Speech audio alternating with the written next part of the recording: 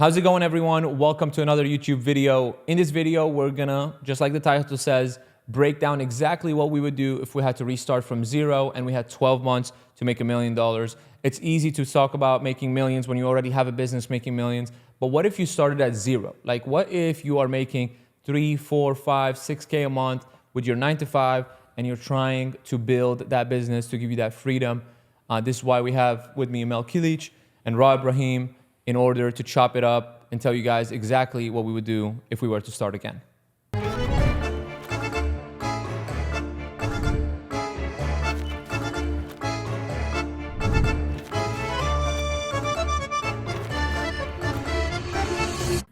I mean, guys, in my opinion, step zero is like mindset, because, people that haven't made a mill don't think it's easy to make a mill. Yeah. Even if you think that you can do it, like, you genuinely have to believe. Like, I would say that that's like step zero for me.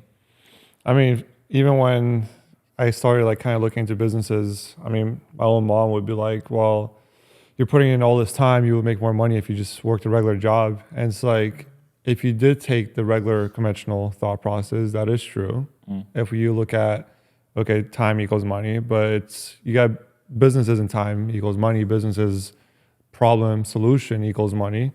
So my thing was like, I needed to realize that like I wasn't going to just exchange time for money my whole life, and I was going to try to find like a solution to make money. And that's why like a lot of times like later on you can scale to 2, 3, 4 mil because you build a problem, now you employ people that can keep on well, you figure out the solution and then you employ people that can keep on providing that solution. Yeah. No, I feel honestly it's the same, because when I first started, like, I had the quality videos, I had everything, but the thing that I didn't have was the mindset. Like, I couldn't believe like that I can actually like charge that much one day, you know? Like, it was just, there's no way someone is going to pay that, you know? Right. And once I saw the numbers, once I saw bigger people working with like bigger clients, and I'm like, oh, so actually people charge that shit, you know what I mean? And when that mindset shift happened, that's when everything changed for me as well, you know? That's when I was like, oh, fuck yeah, my services will charge 4 or 5K because that's what it's worth, you know? That's It's gonna make you $100,000. Why wouldn't I charge 5,000 at least, you know? So 100% I agree. The mindset is definitely one of the biggest tips, is to like the work on the first. And I think the best way to actually work on it is to be around people that has mindset like that, you know? Because I think the reason why did you guys have it, for example, is because you guys do watch a lot of YouTube videos and like see this guy and this guy, so you guys actually saw it, you know what I mean? And when you see it, you can see it for yourself as well. Like, I couldn't see it when I first came because like I didn't have anyone. I was just working like a regular job. Everyone that was with me was like all regular people. So I couldn't see it. Once I put myself in those rooms that actually like, oh, people are actually making that money, people are actually wearing this, my yearly salary on the wrist, like this is actually happening, okay, so it is doable, you know what I mean? Right. And the more you get bigger, I think the bigger it gets too. So when we join masterminds that people are making 50 million a year, 100 million a year, blah, blah, blah, we see like, oh, this motherfucker is doing it. And he's not that, like, he is smart, but he's not like that different. Yeah, exactly, you know? So I think, mindset is definitely going to be number one. And the best way to do it is definitely by joining people that already have that mindset. I mean, in my perspective is a little different, to be honest. I mean, I agree with everything you're saying, but I think that it's very hard to get into rooms with masterminds and people who are wearing $50,000, $100,000 watches when you're still at zero.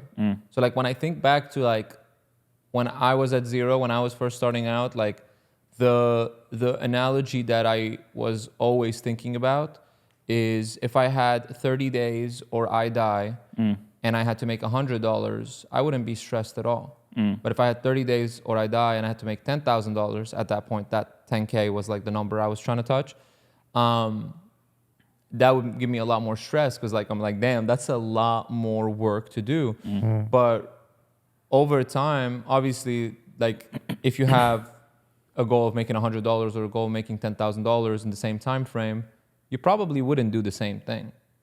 So that's where I started to realize that like the mindset is your drive, and your drive is like your plan and how you execute on that plan. And obviously you set the plan based on what you want your goal to be. So if you set up a plan that is structured to make 3K a month, doesn't matter how hard you work, you're not going to make $1 million that year, because that's just way far off, right? If you want to make $1 million a year, maybe creating a plan that is for 2 mil, and even if you fail at that plan, you'll still kind of hit your goal. or maybe at least get somewhere close to it. So that was for me the biggest thing when it comes to mindset. What do you think after that is the most important thing? I think the second thing is finding the vehicle, because like to add to that, just like you said, if you're only structured to make 3K, you can't scale to a mil. And no matter what job you have, you're never gonna make a mil. At least at the beginning. Like Yeah. obviously there's CEOs that are making a lot more than a mil, but you have to find something that will allow you to make the $1 million, and it's always gonna come down to owning a business. So the second thing for me is really finding the vehicle, the business model that you want to go for.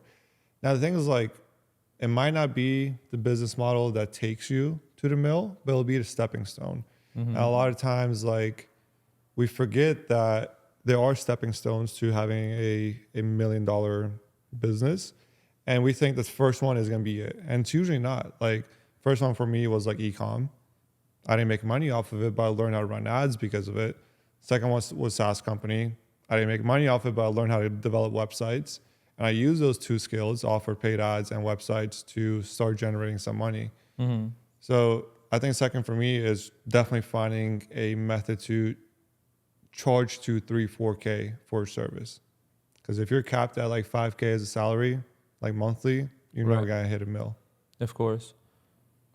Yeah, I feel the vehicle of course is important, but I mean, like, but that's the thing. When you first start, it's so hard because there's so many vehicles out there. You know what I mean? Like, for example, if you put someone in this room that we're at, and okay, you have content, you have marketing, you have insurance, you have this, you have that, you have real estate. You know, you don't know which is the right vehicle. So the question would be, how do you choose the right vehicle for you? I think you find the right one by taking the first steps.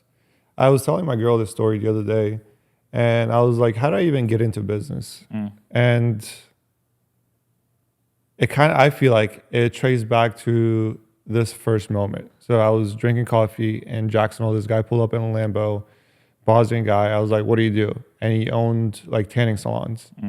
I'm like, okay, it's cool that he's got a Lambo. Definitely doesn't work a job. He's got a business. Okay, stepping stone. I need to have a business. And then I'm like, what I need to do to have a business, I have to know how to sell. So that's when I started selling fake watches, fake Ray-Bans and stuff like that. I developed a skill to sell. And then my friend that owned the SaaS company is like, yo, do you want to sell for me? Yeah. So I took that same skill and I got exposed to handling sales with high ticket people. And then after that, I started my e-com store. And after that, I started my own SaaS company. And after that, marketing company. Yeah. So it was all those stepping stones that I learned something throughout the way that got me to where I was.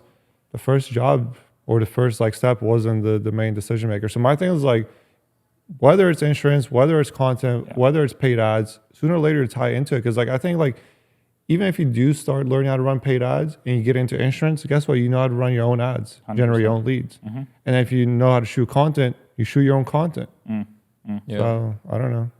In my opinion, the vehicle itself there is no right or wrong vehicle. I think that the saying that we make fun of all the time is that the person importing bananas into the United States is probably a very wealthy individual. Yeah. So like, I think that the vehicle is super important, but I don't think which one is as important as figuring out which one is a good mesh for your skills. 100%. So for example, the reason Amel and I gravitate towards the marketing space a lot is because it's high ticket, high margin, low customer service. We like that. This is a good fit for the lifestyle that we wanted to build, right? As compared to like e-com. E-com is not very high ticket. Yes, there is high ticket e-com, but I'm talking in general. Most of the people in e-com probably selling something between $30 and $100. The margins are super low. The margins are low, but it's very, very automatable. And it's not very hard to get someone overseas to do your customer support for someone saying, like I want a coupon, or like the product is broken or whatever. Like this is very easy to deal with as compared to someone telling you, I gave you 100K, like maybe we didn't hit our revenue goal, whatever. So it's like you pick your good and you pick your bad, because every one of these business models comes with that. I personally, I'm biased. I will say that the marketing space is the best one, but that's because it was very good for me. And I think that this lifestyle and the work-life balance is probably a good fit for a lot of people, right? A lot of the people, they want to work if they want to make that kind of money. If they're probably watching this video, they want to be successful. It's just that maybe that vehicle has not shown itself to them. Maybe they don't know what it is. Yeah. And I think like with marketing, the easiest thing is like, you want to make 10K a month, just go get 5 clients to pay you 2K. And that's like the rule of thumb when someone first starts out. But again, like this is personal preference, but I definitely think that the marketing space is an amazing stepping stone because almost anybody can make 50, 100K if they're following the right structure, doing the right sales strategy, performing a good, proper service. So I think after that is just kind of like what you hinted at, which is just taking action and learning from those stepping stones. Yeah. Because I'm just like Amel. I also had the e-com store, didn't work out, learned how to build a website, built actually many e-com stores, and a lot of them failed. And I realized that every time I would take that failure and I would try to improve on it a little bit. So like my first website, I built it and it was a hideous website. And then nobody bought anything. And I was like, okay, cool. Maybe it's because it was an ugly website. And then I made a better website. And then nobody bought anyways. I was like, yeah, it's a very nice website, but nobody's seeing it. Let me run some ads. So ran some ads. And then I started to believe that like nothing really works. And then there was this one moment for me. I don't even know if I shared this with you guys before, where I used to have like a meme page on Instagram and I had like some sort of affiliate link from this mastermind that I think it was called Aspire or something. I can't remember. Yeah. I don't even know if they're still around. They are. And it was just like a meme page with like 200 followers, 300 followers. And someone bought from my link in the bio and I made like $20, which they never paid me, by the way. But I was like, oh, wow, like someone bought and I didn't talk to them. Like, I know this is doable. I just got to keep pushing. I even called the guy and he like freaked out that I had his number. You know, like he definitely probably canceled after that. But point is like, all you need is to see that light one time. So if you keep like punching at it, like it will eventually show itself to you. And then it's up to you whether or not you want to follow that and make it a norm or you want to keep it as this like one special occasion. Yeah. No, I believe the third step is actually taking action too, because like you said, like once you see the first light, because I remember when we actually sat down and we put the goal, okay, we need to hit $10,000 per month. And then it was January 1st. It was actually 2023, January 1st. And then on that first, was it 22? 22 or 23. Anyways, long story short, when we closed that first one on the first day of January, when they came to the office and we closed them for $3K, and I was like, what? I just like made my whole salary in like one day, you know? And then I didn't even have systems in place at that time. I didn't have any like even editors or anything like that. And I remember talking to you and he was like, I don't know, bro. You figure it the fuck out, which is exactly taking action. You know what I mean? Right. Like, okay, now you have the client. Now you have to figure something out. Right. And the thing is, once that 3K hit my bank account, I went literally for the second and the third, and we were closing. We did the 10K in the first 7 days. Yeah. January 7th, I was already making 10K. The first month we did 17K. It was crazy for me because I've never, as I said, like I had 10K months, but it was like a one-time thing. But this one looked like it was gonna be super consistent because like They were on they were subscription. talking and they were subscriptions and they were like retainer packages and they already signed that they're gonna be with me for 3 months. So I'm like, damn. So it's not just 17,000 this month. It's gonna be 17,000 this month, next month. Okay, now I actually have the money to be able to hire someone to help me with this. You know. So it was moving very fast once you took an action and once you saw the light, like you said, because that was a different kind of motivation, bro. Like there's a motivation that we can talk about, but there's another motivation when actually money hit the bank. You know what I mean? That's a whole different thing. That Stripe link notification is just something else. But yeah, definitely. Like I feel like taking action is the first thing, is the third step. I mean, and also figuring it the fuck out, because we always say that because like a lot of people like to perfect things in the beginning, but I feel like that never works. You know, Yeah. like if you just kind of keep wait to have the perfect website or to have the perfect funnel or to have the perfect blah blah blah, it never works that way. I feel like sometimes you just need to take it and just perfect it throughout the way. But yeah, I think taking action is huge. The fourth thing, honestly, I feel like is gonna be finding your first free client. I know you might disagree with that one, but like I feel like finding the first free client is huge.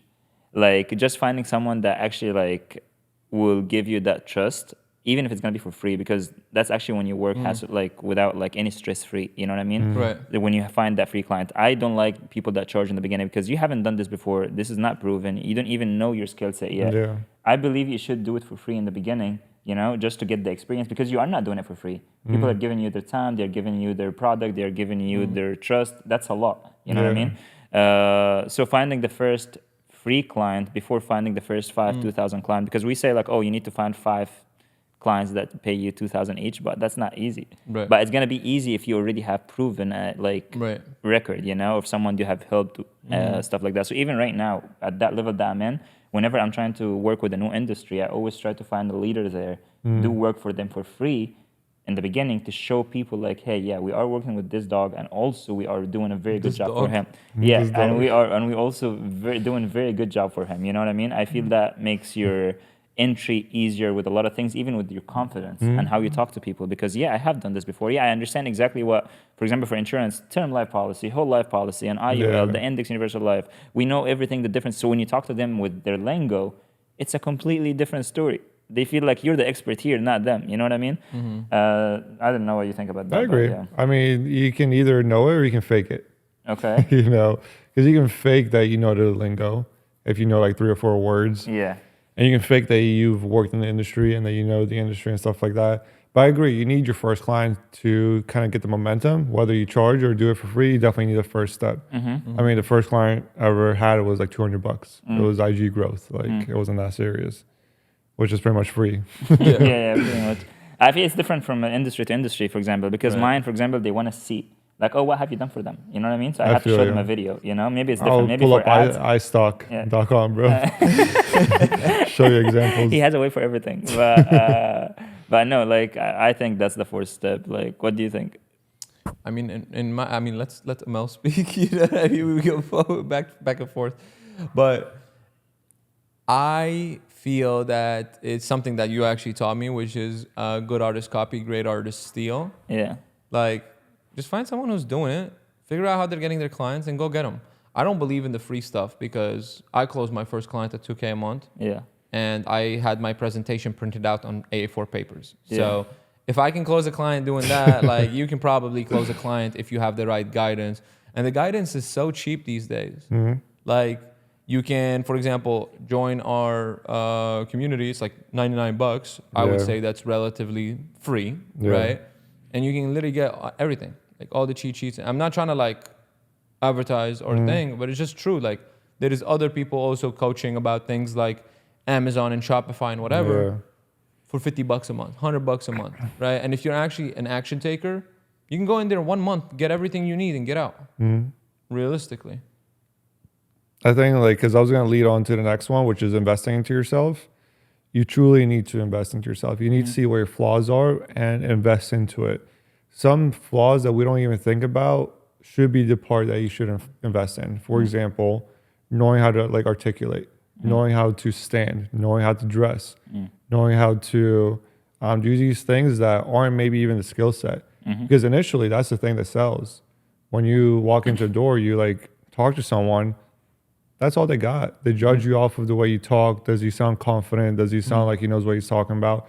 Is he stuttering? Like, does he know the lingo? Does he look like he's got some decent money? Like, is he dressed like in just shorts or whatever?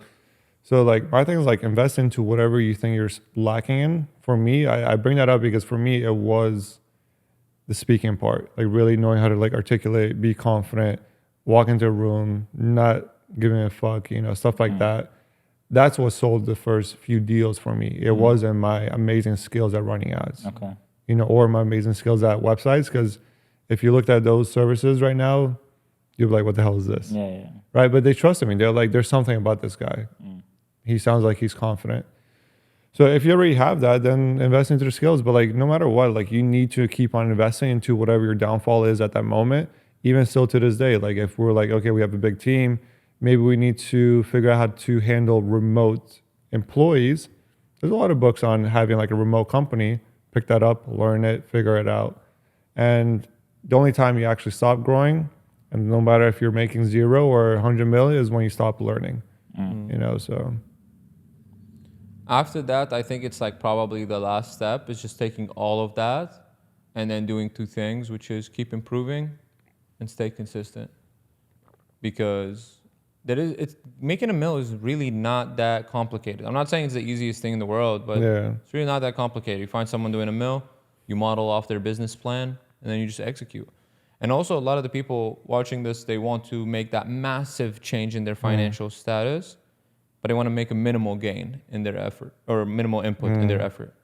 It's like, it's not going to happen. Like, you do have to put in an input, especially to get there, until you can hire people and like multiply your time to where then you can like sit back and relax a little bit, knowing that you have the systems in place to do that. Even though once you get to that, you're not going to want to sit back and relax. You're going to want more. Yeah.